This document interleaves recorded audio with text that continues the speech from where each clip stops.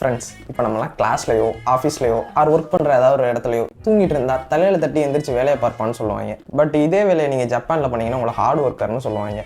இப்போ நமக்கே ஒரு ஒர்க்கை ரொம்ப நேரம் பார்த்தோம்னா ஒரு மாதிரி இரிட்டேட்டாக இருக்கும். அப்புறம் ஒரு குட்டி தூக்கத்தை போட்டு எந்திரிச்சோம்னா ரீசார்ஜ் பண்ண மாதிரி ரெஃப்ரெஷ்மெண்ட்டாக ஃபீல் பண்ணுவோம். இதை தான் ஜாப்பனீஸில் இனிமிருன்னு சொல்லுவாங்க. இதுக்கு ஸ்லீப்பிங் ஒயில் பீயிங் ப்ரெசன்ட் அப்படிங்கிறது மீனிங். ஆமாம், மோரோவர் ஜப்பானில் 40% பீப்புள் ஒர்க் பண்ணிட்டு 6 ஹவர்ஸ்க்கும் கம்மியாக தான் தூங்குறாங்களாம். இதனாலே அவங்க ஒரு ட்ரெயின்லையோ ஆஃபீஸ்லையோ லைட்டாக தூங்குறத பார்த்தா அதை சைன் ஆஃப் லேசினஸ்னு பார்க்காம அதை sign of dedication and hard ஒர்க்காக பார்ப்பாங்களாம்.